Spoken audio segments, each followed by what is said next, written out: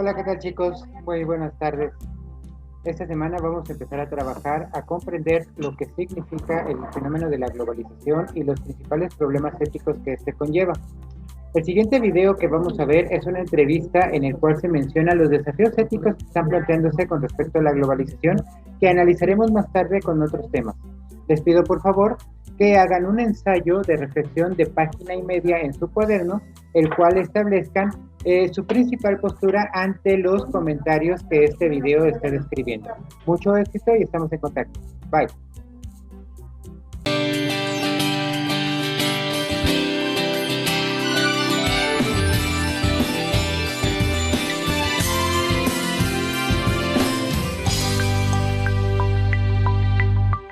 Hola amigos y amigas de Buenas Noticias TV, bienvenidos.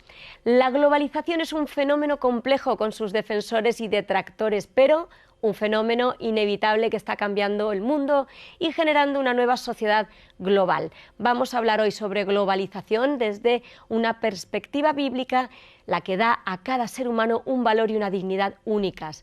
José Pablo Sánchez, director de este programa, va a terminar hoy esta serie sobre ética con el profesor de ética y pastor evangélico Emmanuel Buch.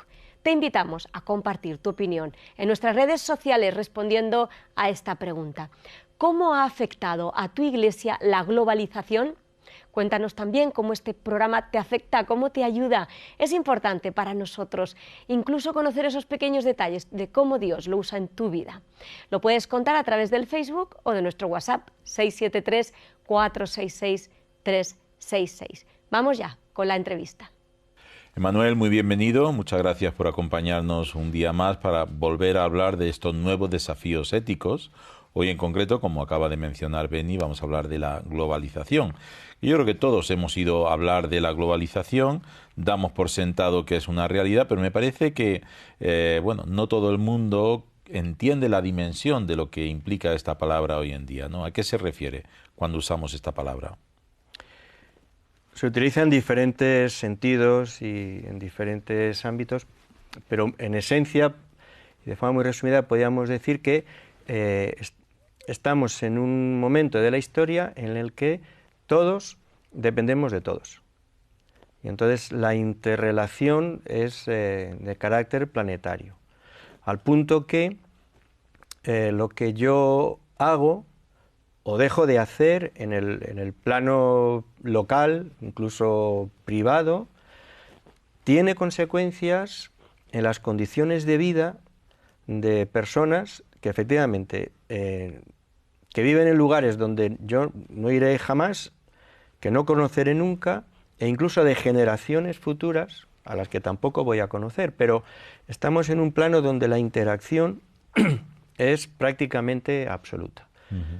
De inicio o de forma predominante eso se da en el ámbito de lo económico y en consecuencia afecta a los planos sociales, políticos, culturales, de todo tipo y a todas las personas. Hablando de esos efectos, supongo que tendrá efectos tanto positivos como negativos. ¿Cuáles serían unos y otros? Bueno, es un tema de calado también muy polémico, depende a quién preguntar, pero bueno, en general, ¿no? Es evidente, yo creo que eso se puede percibir, y todos lo percibimos, ¿no? Que el plano de la libertad personal, al menos en un sentido, eso se multiplica, las facilidades que proporciona la comunicación, la cercanía de otras culturas, la cercanía de otros idiomas, las relaciones entre personas, el conocimiento, el flujo de información, todo eso son elementos que desde luego pueden ser muy positivos, ¿no? También la economía, que se ha hecho mucho más global y mucho más planetaria. Y a la vez, precisamente este factor de lo económico es el que está sometido a una crítica mucho mayor, porque por un lado, podía pensarse que esta facilidad de relación y de comunicación produce un plano general de igualación y de mejora para todos, y lo que muestra la práctica es que la desigualdad se ha multiplicado, ¿no? Lo económico, que ahora lo prima todo, tiende a ser muy descarnado, o sea, muy cruel. Y Alguien ha dicho, ¿no?, que en este momento el dinero es Dios y el mercado su profeta. Y entonces el dinero y la economía más ciega lo marca todo. Y el resultado de eso es que buena parte de la humanidad vive la globalización como una condena en lugar de no como algo benéfico. Ujú. El hecho de que yo no sea totalmente consciente de esa realidad, de que mis decisiones, mi estilo de vida, las cosas que yo elijo, tienen una dimensión global, ¿me exime de responsabilidad ante lo que está sucediendo hoy en día en el mundo? La realidad, el hecho de la globalización ya no nos permite querernos ver a nosotros mismos como inocentes moralmente.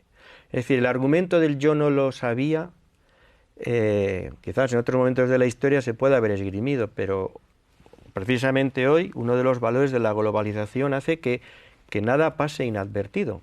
Así que no podemos volver la espalda ni sentirnos ajenos, porque hoy, si queremos saber, sabemos. Y si sabemos, eso dice la palabra de Dios, si sabemos, entonces somos responsables. Pensaba en un texto en el libro de Proverbios. Dice en Proverbios capítulo 24, libra a los que son llevados a la muerte, salva a los que están en peligro de muerte. Porque si dijeres, ciertamente no lo supimos, ¿acaso no lo entenderá el que pesa los corazones, que es Dios? Si eso tiene sentido en términos generales por cualquier época, en esta muchísimo más. Ujú, ujú. Pues muchos de los que abogan en favor del libre movimiento de la finanza, luego son los que no están a favor o están impidiendo el libre movimiento de las personas. ¿Cómo podemos responder a ese desafío ético? En fin, habrá que decirlo, hay mucha hipocresía en todo este vocabulario en torno a la globalización y a la libertad de movimientos y tal, porque incluso el movimiento financiero no es del todo igual. Los países más poderosos a la vez son también los más proteccionistas, con lo cual el daño que generan es un poco, en fin, dicho en términos muy populares, lo que sea la ley del embudo, ¿no? Lo ancho para mí, lo estrecho para los otros. Eso se da en la economía y desde luego cuando tiene que ver con las personas eso es sangrante. Los movimientos migratorios forman parte de la historia de la humanidad y eso no se puede impedir. Lo que habrá que hacer es encontrar formas de regularlo. Por cierto, formas humanas, formas que dignifiquen a las personas, que no sean vistas ni como amenaza, porque a veces el propio vocabulario es infame y se habla de oleadas, de asaltos, de invasiones. Eso es un lenguaje bélico. Uh-huh. A ver, la inmigración no es una invasión, la inmigración es un drama. Y entonces, como tal, hay que tratarlo. Y los cristianos, que nos sabemos responsables delante de Dios por nuestros semejantes, una y otra vez se nos enseña que en esto se resume la ley, en el amor a Dios y en el amor al semejante. No como dos dimensiones, sino como dos caras de la misma dimensión. A una realidad tan horrible como la que estamos viendo en tantos lugares del mundo, nosotros solo podemos responder en la práctica con el ejercicio de la hospitalidad y de la misericordia. No encuentro otro modo de responder en lo particular a la luz de la Escritura. Uh-huh. Y como ciudadanos tendremos que reclamar el ejercicio de una práctica justa para con las personas, que ni son números ni son bultos, ni son amenazas, son personas en necesidad. Y tendremos que señalar las causas. Y las causas algunas tienen que ver con nuestra forma de tratar y de abordar esa realidad, y otras tienen que ver también con los países de origen y la corrupción y las tiranías que se dan. Pero ese compromiso, eso es vital. Y por cierto, a veces pasa desapercibido, pero en la manera de abordar esto, el pueblo de Dios, los cristianos, yo creo que hay una aportación muy importante, de mucho calado, que es precisamente la presencia en los países de origen, en los países más desfavorecidos, con el desempeño de lo que damos en llamar la misión integral, el anuncio del Evangelio y la encarnación de los valores del Evangelio. Ujú. Eso es una aportación vital también. Sí, de hecho, yo estoy convencido de que una aportación que están realizando día a día en los lugares donde más necesidad hay son precisamente la labor de misericordia de las iglesias, ¿no? Pero también es cierto que cuando uno ve todo lo que está pasando en el mundo, uno puede tener un sentimiento como de que al final yo no tengo capacidad de cambiar nada, ¿no? Viendo los grandes poderes, viendo los grandes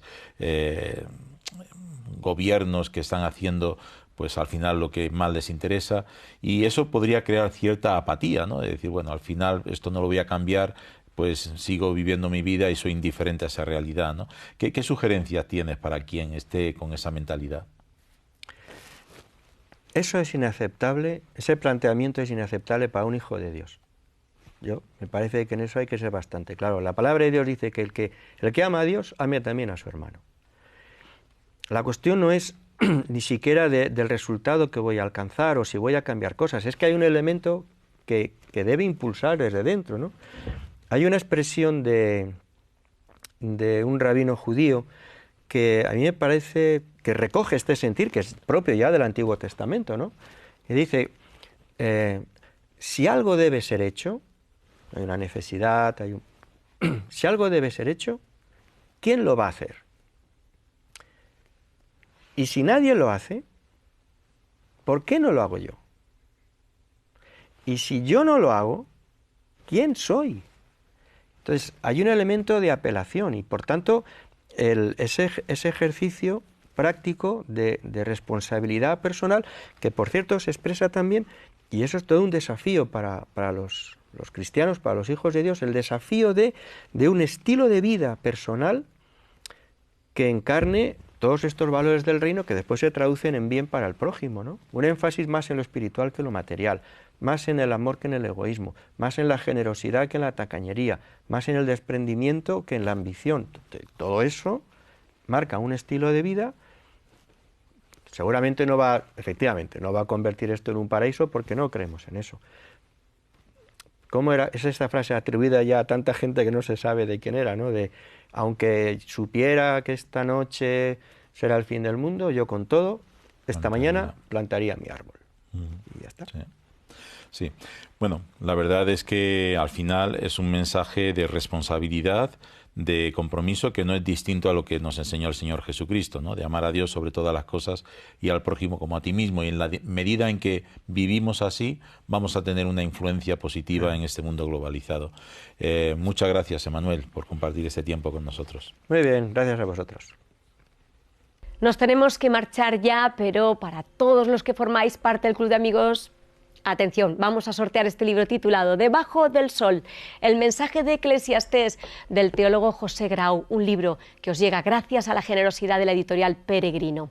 Necesitamos amigos que se unan a nuestro club para poder seguir regalando la Biblia y ofreciendo ayuda espiritual a nuestra audiencia. Entra en nuestra web Buenas Noticias TV o llámanos o mándanos un WhatsApp y te explicamos en qué consiste. Gracias por tu atención y no lo olvides, tú vales mucho para Dios.